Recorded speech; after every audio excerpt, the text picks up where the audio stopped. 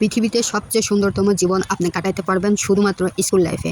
এই স্কুল লাইফে যে যতটা আনন্দ আপনি পাবেন, সেই আনন্দটুকু আপনি আত্মীয় স্বজনের বাসায় গিয়েও সেই আনন্দর ফিল আপনি পাবেন না। তাই স্কুল লাইফে যাওয়া কখনো বন্ধ করবেন না।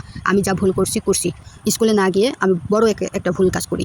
তো আজকে আমি রেডি হয়েছি স্কুলে যাওয়ার উদ্দেশ্য, তবে যাওয়ার কোনো নিয়ত ছিল না। গত রাতে আমাকে রাশেদ স্যার ফোন দিয়ে বলছে যে তোমার অ্যাডমিট কার্ড আসছে, তুমি অ্যাডমিট কার্ডটা নিয়ে যাও। তাই এই সুযোগে আমি রেডি হলাম, রেডি হয়ে বেরিয়ে পড়লাম। বের হয়ে এখন রাস্তার মধ্যে হাঁটাহাঁটি করতেছি। হাঁটতে বললাম যাবেন? ভ্যানালা বললো হ্যাঁ যাবো। তারপরে আমি ভ্যানে উঠলাম। ওঠার পরে ভ্যানালা একটু অপেক্ষা করলো, দেখলো যে কেউ আসছে নাকি। দেখলো একজন আসছে। ভ্যানালা বললো যে এই ভাই যাবেন নাকি?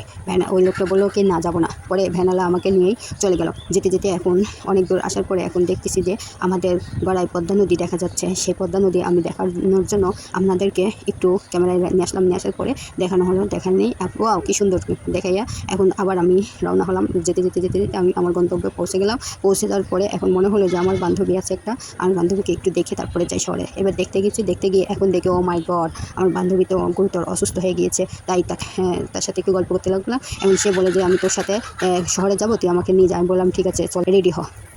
বান্ধবীকে রেডি হতে বলছি, এদিকে বান্ধবীর ছেলেও শুনে এখন বান্ধবীর ছেলেও আমাদের সঙ্গে যাওয়ার জন্য রেডি হয়ে গেছে। এখন সেই কিউটির সেই সাজ, নায়কের সাজ দিয়ে রেডি হয়েছে। ওয়াও, আমি তো তার দেখে অনেক অবাক হয়ে গেছি।